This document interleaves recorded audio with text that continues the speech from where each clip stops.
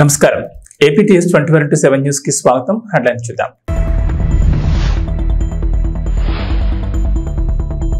HMDA పరిధిలో కొత్త జోన్లు 6కు చేరిన జోన్ల సంఖ్య పాలనా సౌలభ్యం కోసం విస్తరణ. తెలంగాణలో కొత్త రేషన్ హెల్త్ కార్డులు ఉత్తమ్ నేతృత్వంలో కేబినెట్ సబ్ కమిటీ త్వరలోనే విధి విధానాలు.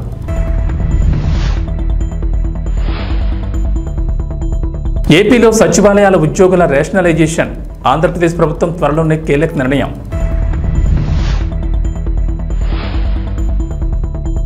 ఏపీ ప్రజలకు మంత్రి నాదెండ్ల మనోహర్ గుడ్ న్యూస్. కొత్త రేషన్ కార్డులపై కీలక ప్రకటన.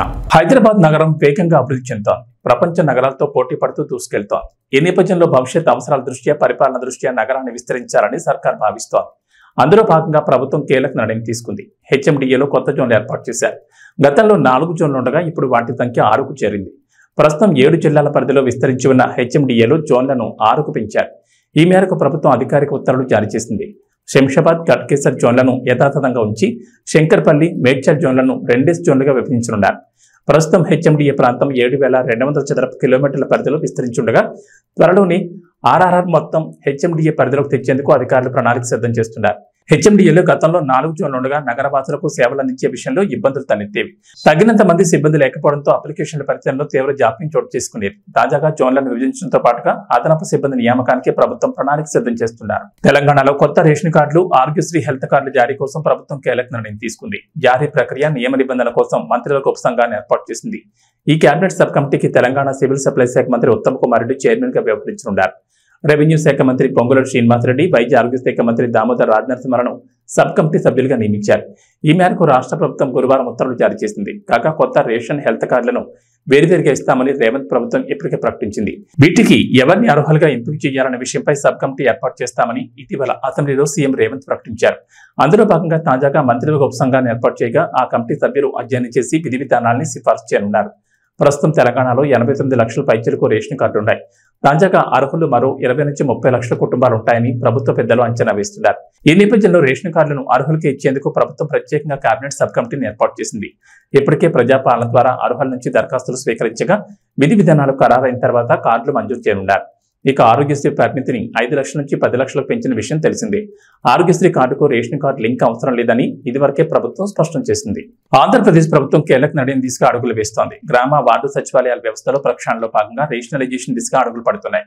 రాష్ట్ర వ్యాప్తంగా చిన్న పంచాయతీల్లో తక్కువ మంది, పెద్ద పంచాయతీల్లో ఎక్కువ మంది ద్వారా ప్రజలకు సేవలు అందించేలా ఆలోచనలు చేస్తోంది. మొత్తం 1.61 లక్షల మంది కార్యదర్శుల్ని అవసరాలకు అనుగుణంగా ప్రభుత్వం వినియోగించుకోనుంది.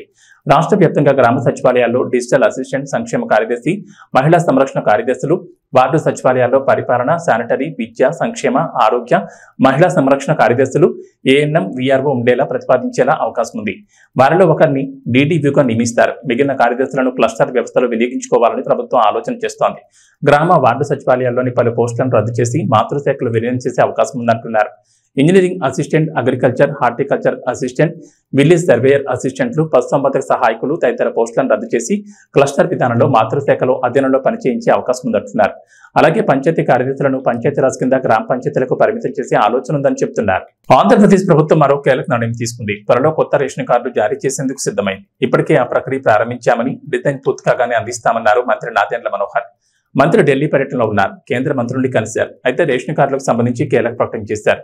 అలాగే కొత్తగా వివాహమైన జంటలు కొత్త రేషన్ కార్డు కోసం దరఖాస్తు చేసుకుంటే వారికి ప్రాధాన్యత ఇస్తామని తెలిపారు. అర్హత ఉన్న వారికి త్వరలోనే కొత్త రేషన్ కార్డులు అందిస్తామని, త్వరలోనే కొత్త రేషన్ కార్డులకు సంబంధించి మరింత క్లారిటీ ఇస్తామంటున్నారు. గత వైఎస్ఆర్సీపీ ప్రభుత్వం రేషన్ డోర్ డెలివరీ అంటూ 1800 కోట్లు వృధా చేసిందన్నారు మంత్రి మనోహర్. రాష్ట్రంలో రేషన్ డోర్ డెలివరీపై మంత్రివర్గ సమావేశంలో చర్చించి నిర్ణయం తీసుకుంటామన్నారు. గత ప్రభుత్వం హయాంలో కొంతమంది రేషన్ బియ్యాన్ని గ్రీన్ ఛానల్ ద్వారా అక్రమంగా తరలించి కోట్లు కొల్లగొట్టారని ధ్వజమెత్తారు. గత ప్రభుత్వ హయాంలో ధాన్యం కొనుగోలులో రైతులకు అన్యాయం జరిగిందని, రైతుల నుంచి పంట సేకరించి వారికి డబ్బులు చెల్లించలేదన్నారు. రైతులు పండించిన ప్రతి గింజను కొనేందుకు ఏర్పాట్లు చేస్తున్నామన్నారు మంత్రి. రేషన్ కార్డు తొలగించారు. ఎవరైతే అర్హత ఉన్న లబ్ధిదారులు ఉన్నారో వాళ్ళకి ఆ అర్హత కలగకుండా చేశారు. మేము ఆల్రెడీ ఇనిషియేట్ చేసాం, కొత్త రేషన్ కార్డు డిజైన్ చేస్తున్నాం. ఆ కొత్త రేషన్ కార్డు డిజైన్ అవ్వగానే ముందుగా ఎవరైతే వివాహం చేసుకుని పాపం 2 కుటుంబాల నుంచి వచ్చిన వ్యక్తులు ఒక రేషన్ కార్డులో ఉండాలని కోరుకుంటారో వాళ్ళకి ఆ వెసులుబాటు కల్పించే విధంగా త్వరలోనే ఒక కార్యక్రమం చేపట్టబోతున్నాం రాష్ట్ర వ్యాప్తంగా. సో కొత్త రేషన్ కార్డులు జారీ డెఫినెట్గా చేస్తాం. పౌర సరఫరాల శాఖలో దాదాపు 40,000 కోట్ల రూపాయలు అప్పులు చేసి ఈ ప్రభుత్వం వెళ్ళిపోయింది. గత ప్రభుత్వం 5 సంవత్సరాలు 40,000 కోట్ల రూపాయలు. అందులో ఇంకా ఆశ్చర్యకరమైన విషయం ఏంటంటే ధాన్యం కొనుగోలు చేసి రైతులకి 1,674 కోట్ల రూపాయలు బకాయిలు చేసి వెళ్ళిపోయారు. సో ఆ మార్పులను తీసుకొస్తున్నాం. 1,674 కోట్ల రూపాయల్లో ఇంత ఆర్థికమైన కష్టమైన పరిస్థితుల్లో కూడా 1,000 కోట్లు ఆల్రెడీ మేము వాళ్ళ ఖాతాల్లో జమ చేసాం మా ప్రభుత్వం వచ్చిన తర్వాత. ఇంకొక 674 కోట్ల రూపాయలు సోమవారం రాష్ట్ర వ్యాప్తంగా ఆ రైతాంగానికి అందే విధంగా రూపాయి కూడా బకాయి లేకుండా పౌర సరఫరాల శాఖ నుంచి ఆ కార్యక్రమం చేయబట్టబోతున్నాం. రాజీవ్ గాంధీ సివిల్స్ అభయహస్తం పథకం దరఖాస్తు గడువును పెంచుతూ సింగరేణి కాంగ్రెస్ సంస్థ చైర్మన్ ఎండి ఎన్ బలరాం ఒక ప్రకటన విడుదల చేశారు. ఈ పథకానికి అప్లై చేసుకునేందుకు గడువు మంగళవారంతో ముగిగా దాన్ని ఆగస్టు 12వ తేదీ వరకు పొడిగిస్తున్నట్లు ఎన్ బలరాం స్పష్టం చేశారు. సివిల్స్ రాసేవారు ప్రిలిమ్స్ పరీక్ష క్వాలిఫై అయితే వారికి ₹1,00,000 ఆర్థిక సహాయాన్ని సింగరేణి కాంగ్రెస్ సంస్థ అందించనుంది. అయితే ఈ పథకం కేవలం తెలంగాణ రాష్ట్రానికి చెందిన అభ్యర్థులకు మాత్రమేనని స్పష్టం చేశారు. గత నెల 20వ తేదీన తెలంగాణ ముఖ్యమంత్రి యనమల రేవంత్ రెడ్డి, ఉప ముఖ్యమంత్రి బట్టి విక్రమార్క చేతుల మీదుగా ఈ రాజీవ్ గాంధీ సివిల్స్ అభయహస్తం పథకం ప్రారంభమైంది.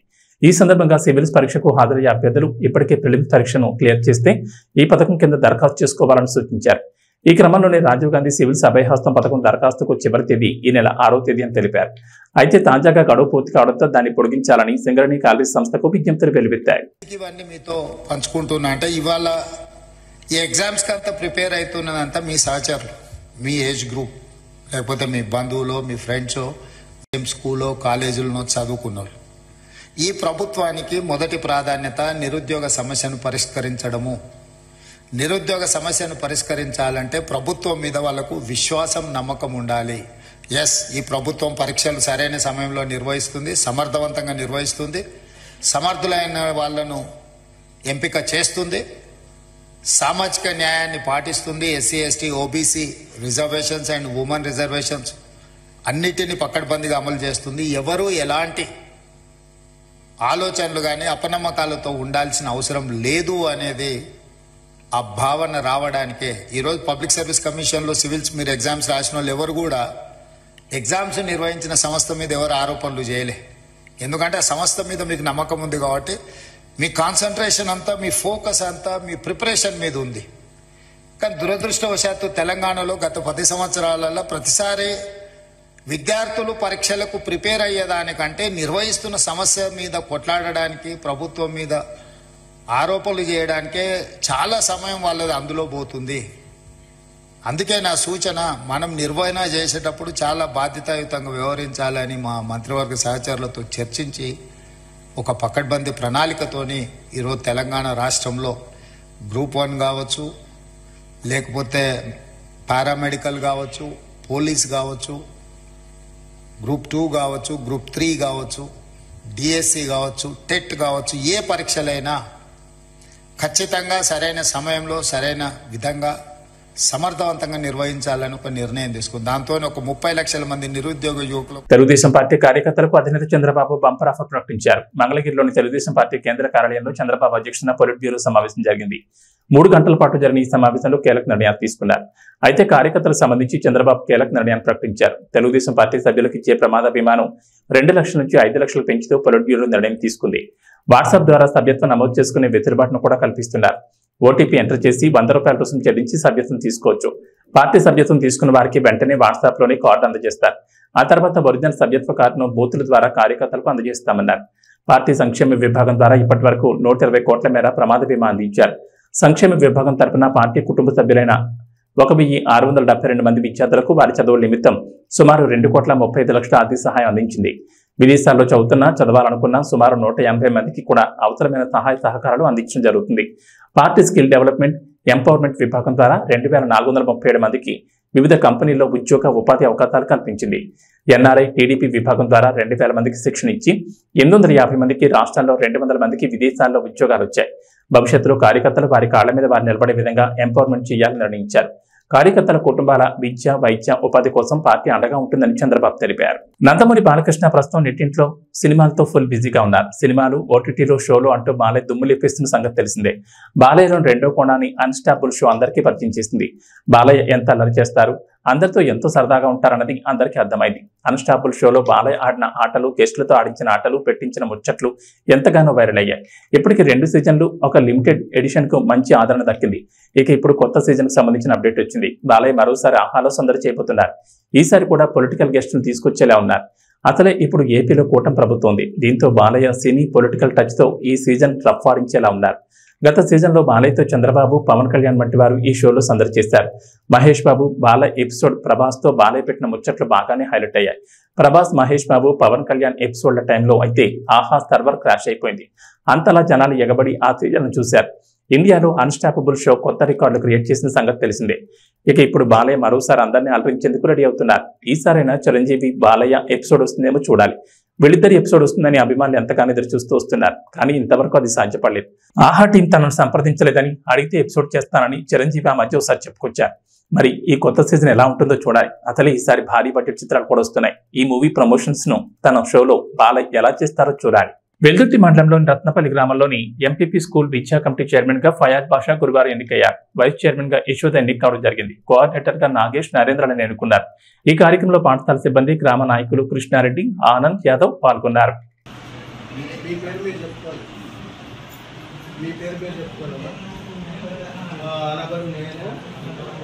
పాఠశాల యాజమాన్య కమిటీ సభ్యులుగా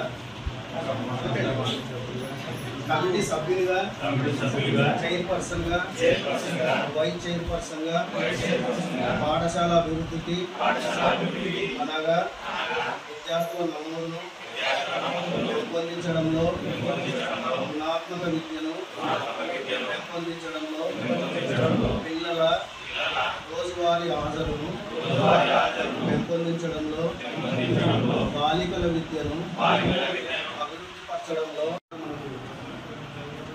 పిల్లలు బాగా తింటున్నారు. చూస్తున్నాం ఈరోజు అబ్జర్వ్ చేస్తుంది. పిల్లలైతే పాడేయడం లేదంటే అర్థం మనకు బాగా తింటున్నారు, బాగా చేస్తున్నారు. వాళ్ళు కూడా చెప్పినట్టు విషయాలు ఒకసారి ఇలా చెప్పినట్టు అనే దాని గురించి కూడా వాళ్ళు అడిగి వాళ్ళు కూడా చేయడం జరుగుతుంది. ఎందుకంటే మనం చిన్నపిల్లలు కదా, మనమే చిన్నపిల్లలు కొంచెం బాగుంటేనే తినాలి, లేకుంటే పడేసుకోవడం. నాకు ఒక్కసారి చిరిగిపోతారు. మన పిల్లలైనా మన ఇంట్లో అయినా సరే అదే జరుగుతుంది. కానీ బాగానే ఉంటున్నారు, వాళ్ళు కూడా బాగానే చేస్తున్నారు. మెనూ ప్రకారం చేస్తున్నారు. మెనూ ప్రకారమే వంట చేయడం కూడా జరుగుతుంది. అద్భుతాలకి 2 నెలలు అవుతుంది. బిల్లులు మళ్ళీ ఎందుకంటే ప్రతి నెలకి వచ్చేసి ఖర్చు అవుతుంది. ప్రదర్శన గురించి ఖాతాలు ఎత్తి తెచ్చుకుంటున్నారు.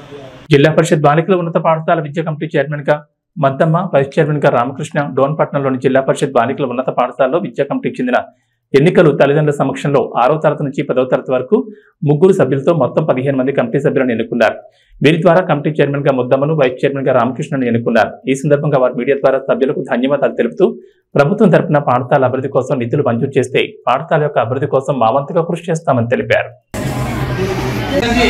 గుడ్ మార్నింగ్ చెప్తూ ఈ రోజు యొక్క ముఖ్య ఉద్దేశం ఏమంటే, మనకు మీరు ఎందుకు వచ్చినారని మీరు అనుకుంటున్నారు. ఫస్ట్ క్వశ్చన్, మేమేం చేయాలి అనుకుంటున్నారు. రెండో క్వశ్చన్, మీరు ఏం లేదు, ప్రభుత్వం ఏం చేసిందంటే పేరెంట్స్ కమిటీ అంటే తల్లిదండ్రుల సమావేశం అని స్కూల్కు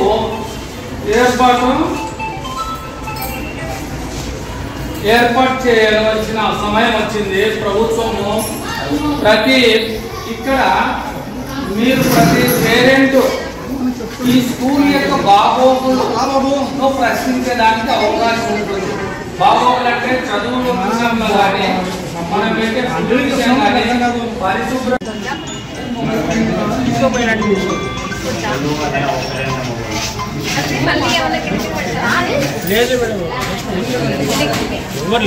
చెప్పి పాఠశాల అభివృద్ధికి మీకు చేతనైనంత సహాయము చేయండి. దీనివల్ల మీకు ఎటువంటి జీతం రాదు, ఎటువంటి ఆర్థిక లబ్ధి దీనివల్ల మీకు ఉండదు. కేవలము సేవా దృక్పథంతో మనము మన ఊర్లో ఉన్న పాఠశాల అభివృద్ధి కొరకు మనం చేసే పని. ఇప్పుడు నేను మాట్లాడిన విషయాలన్నీ అర్థమైనా అనుకుంటాను. ఏమైనా డౌట్స్ ఉంటే అడగచ్చు. మీరు ఇప్పుడు ఎవరు చైర్మన్గా కానీ చైర్పర్సన్ కదా, అంటే ఏం తేడా అంటే చైర్పర్సన్ అంటే లేడీ, చైర్మన్ అంటే స్కూల్ కమిటీ చైర్మన్ జెంట్స్.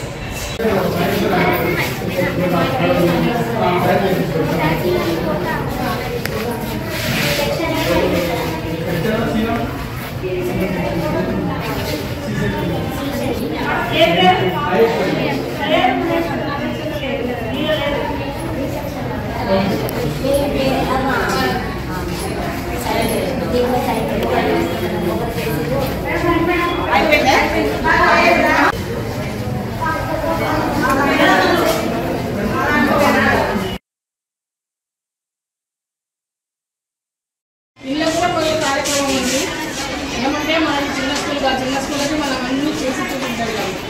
పెద్ద స్కూళ్ళు టీచర్లు సెలవు పెడితే ఒక బాధ, మళ్ళీ ఈ కార్యక్రమాలు చేయాలంటే పిల్లలు గౌరవం తీసుకుంటారు. అట్లాంటి చిన్న చిన్నవి పిల్లల్ని బడి పంపించడం, క్రమశిక్షణ, తర్వాత మనకు గర్ల్స్ హై స్కూల్ ఇప్పటి వరకు ఏం సమస్యలు లేవు. క్లాస్ టీచర్ ఎవరు? శిశుల టీచర్ బోర్డు మీద మేడం పేపర్ రాసి పంపించి బోర్డు మీద రాపించినారు కదా, మీరు రాసుకోలేదా? నువ్వు రాసుకోవడం తప్పు.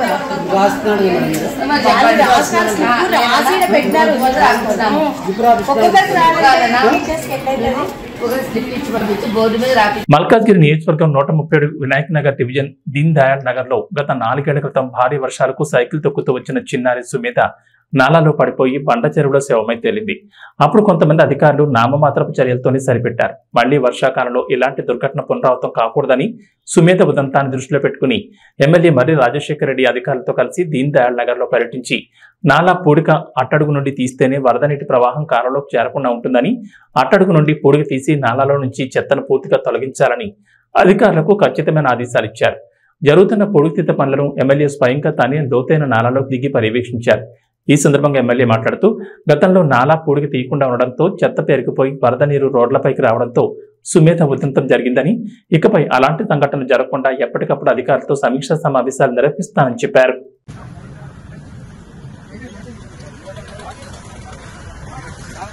ఇది రెండుగా డివైడ్ అయింది. పైప్ కనిపించేది అక్కడ పైప్ ఉండేనా, అది ఆడ పైప్ ఉండే మీకు కనబడుతుందా? అంటే ఇప్పుడు కనబడుతున్న దగ్గర జంక్షన్ లో ఆ పైప్ పోయి ఇప్పుడు అక్కడికి వెళ్ళి నీళ్ళు అటాచ్ చేస్తున్నాయి. అది ఫ్లో వచ్చేస్తుంది అక్కడికి వెళ్ళి నీళ్లు. ఇప్పుడు ఈ మెస్ ఎడబెట్టిన దీనికి ఈడ ఆపిన ఆపేసి దీనికి రావచ్చా?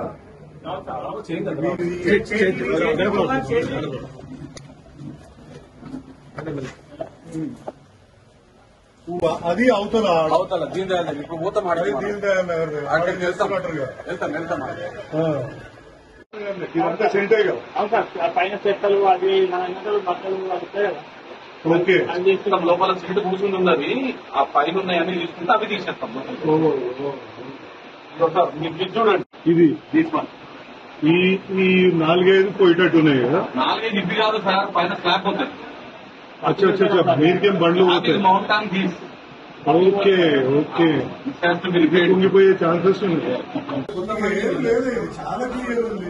మనం ఈ సెంటర్ తీస్తే అసలు నీళ్ళు ఆగే పరిస్థితే లేదు.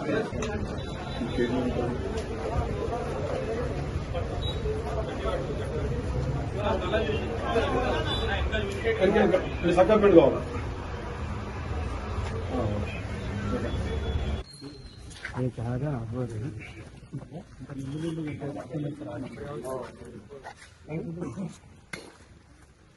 ఈ ఫిల్ట్ వెళ్ళిపోతే నాకు తెలిసి ఇది మునగదు అంతే. ఇంకొకటి మొన్న వీళ్ళకి మంచి పని చేసేది సార్, పెట్రోల్ బంక్ కాడికి అది చేసింది కదా, పోలు స్తంభము ఒక పైపాఠం ఉండాడు చేస్తున్నాం. ఒక చూడు అట్లా దిగిండు కదా మనిషి, చేస్తుడు కదా. ఇళ్ళకి ఒక్కొక్కటి అయిపోయింది.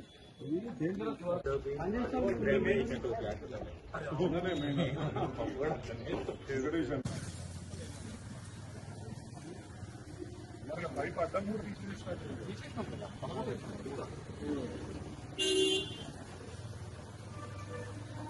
తెలంగాణలో మరికొన్ని రోజులు వర్షాలు దంచుకుంటున్నాయి. ఇప్పటికే గత 20 రోజులుగా రాష్ట్రంలోని పలు జిల్లాల్లో వర్షాలు కురుస్తుండగా ఇప్పట్లో వర్షాలు వీడియోలా కనిపించడం లేదు. బంగాళాఖాతంలో ఏర్పడిన ఉపరితల ఆవర్తనంతో కారణంగా తెలంగాణలో నేటి నుంచి 2 రోజులు భారీ వర్షాలు కురుస్తాయని హైదరాబాద్ వాతావరణ కేంద్రం అధికారులు వెల్లడించారు. కొన్ని జిల్లాల్లో కొండపద వర్షాలు కూడా ఛాన్స్ ఉందని చెప్పారు.